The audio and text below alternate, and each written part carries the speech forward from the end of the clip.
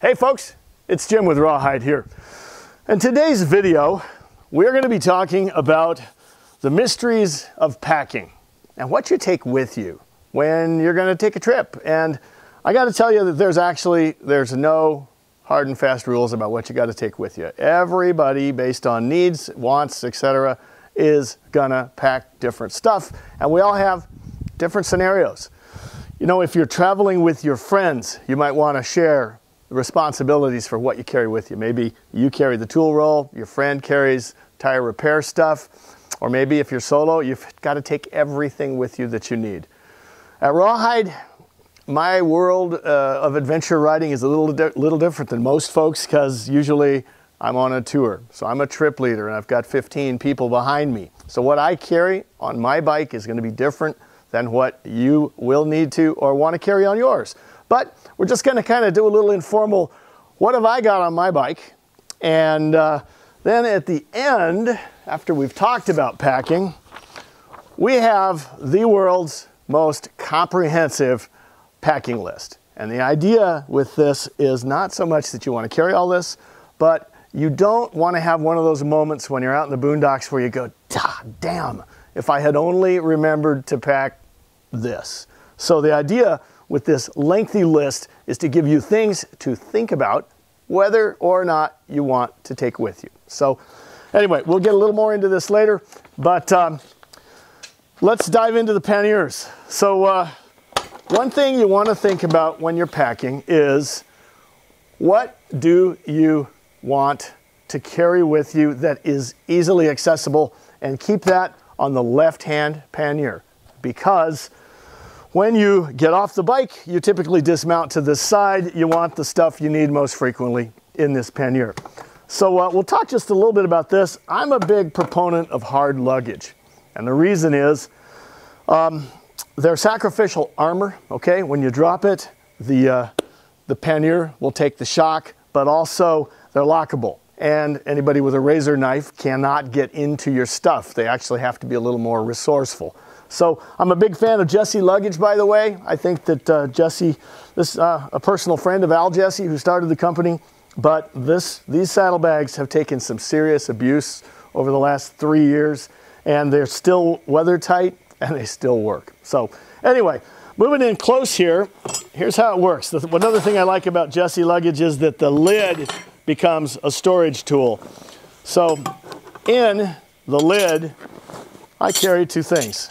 This is my extra layers and my spoons for taking tires off if I need to. So extra layers, I've got my rain gear in here, I got a little beanie, I've got an extra shirt, just some extra layers in the lid of my saddlebag. Also, hydro flask. Carry water with you, folks, always when you're traveling. A map. Even though most of us have GPSs, having a real paper map is super beneficial because it gives you a much larger field of view than the screen on the GPS will allow. So, a map, some wet wipes. This is just a bag I carry with me internationally or within the US. I usually keep my passport in it, but I've also got some minor first aid stuff, an extra pair of glasses, a charging cable for phone, etc. It's kind of like a backup to my tank bag. A set of rock straps, because you never know when you're going to have to just grab something and strap it on the back of your bike. Maybe a friend's bag comes off, or it's something to loan.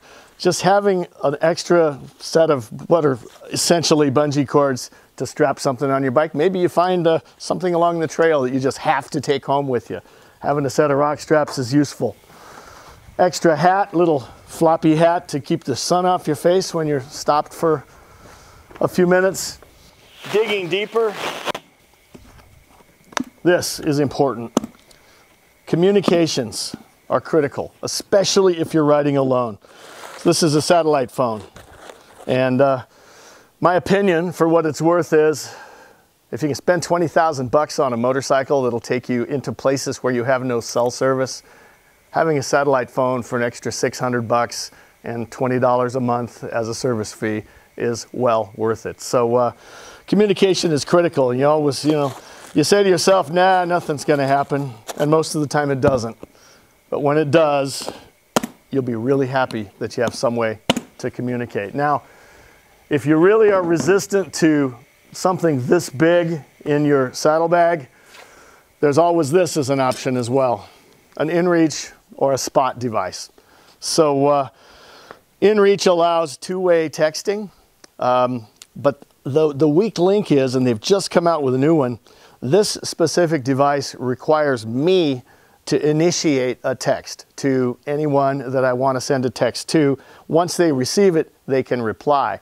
But inReach has just come out with a new device that has its own phone number so that people can reach you even if you aren't in an emergency situation where you're sending out a text. They can just ping you. Some of you may like that, and some of you may want to disconnect from the world, and I get that too. But this is an older generation inReach.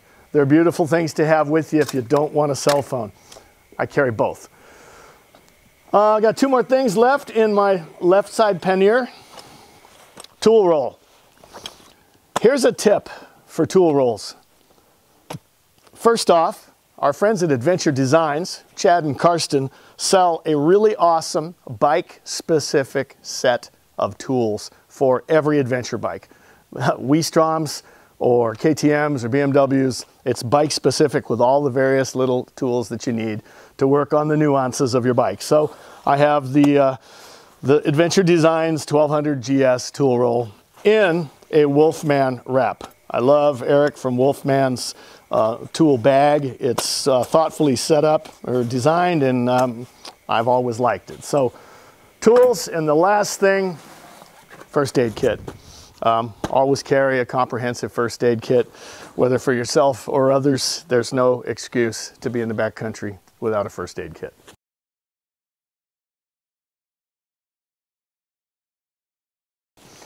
All right, that covers everything on the left side.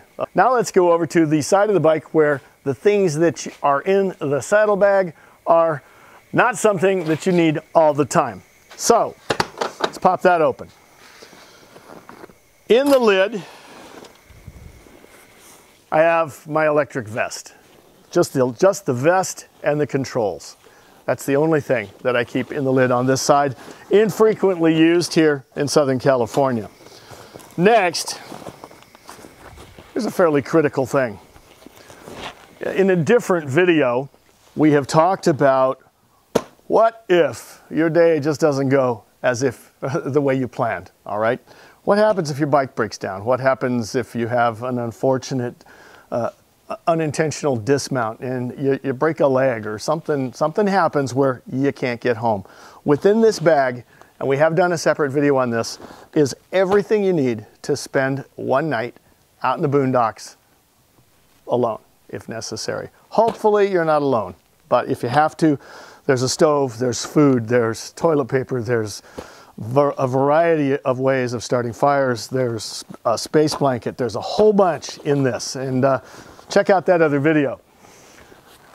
Also, well, a little extra toilet paper. This is an air compressor. There's a million options out there. David from Best Dressed makes a nice pump. The guys at Adventure Designs have a good pump. This one in specific, I bought it at the local auto parts store. It's a little higher volume because, again, as a trip leader, with these little micro pumps, it sometimes takes 10 minutes to pump up a tire. I want it to pump up quickly so we can get back on the road. So I carry a different pump than most would carry. I got a few other things over here. I'm just gonna do a reach over. Never know when you might need a good machete. Chop up some firewood, clear some brush out of your path. Who knows? But it's a useful tool to have with you. I've got two more things over here on the left side. And again, this is a little unusual for the average adventure rider, but this is my tire repair kit because, again, as a trip leader, I got 15 people behind me. I carry special vulcanizing cement. I carry 1 million of the rubber strips that you plug holes in tubeless tires with. as well as just a few other bits and pieces, knickknacks, some extra wire. This is just kind of a catch-all repair kit, mostly for tires, but I have a few other little tools in here. And then, of course, you need a tire gauge. I got this one from David at Best Dressed. It's a great gauge because you can plug one end into your pump, plug this or attach this to the tire, and you can see your tire pressure building in real time. So that's pretty much it of what I pack in my panniers, but there's one more place where you store stuff on your bike, and that's your tank bag. Now, most of us just keep a bunch of junk in our tank bag, and I understand that. I'm not going to go into specifics, but the one thing I do keep in my tank bag is a set of jumper cables, rats, and a set of jumper cables and a little lithium-ion battery. These things are awesome. They can recharge your cell phone, but you can also jump a bike from them. And again, as a trip leader, so many times somebody comes to a stop, they go to lunch, they leave their auxiliary lights on, they come back out, they got a dead battery, and you know, I don't want to take the time to rig up some sort of a bike-to-bike jumper. Just grab this little thing and boom, you're back on the road. So, like I said, there's no panacea of a packing list. Everybody's is going to be different, but I want to go back to this. If you would like to have just a reference document so that you can just sit there and go, yes, I'd like to take that. No, I don't need that. This list was designed by a friend of mine who is a colonel, a special forces colonel, and he knows the things that are absolutely mandatory for survival, but he's kind of a comfort hound too, so he's listed all the things that he thinks one should think about for travel. So this list is broken up into day trips, longer trips, things you need for camping and cooking, as well as just a bunch of extras. So if you would like to get a copy of this, all you got to do is click the link below and we'll email it to you. So thank you so much for your time. Like I said, there's no perfect list of things that you need because we're all different. So check this out. Thanks for listening. And remember, there's adventures everywhere. Go have one.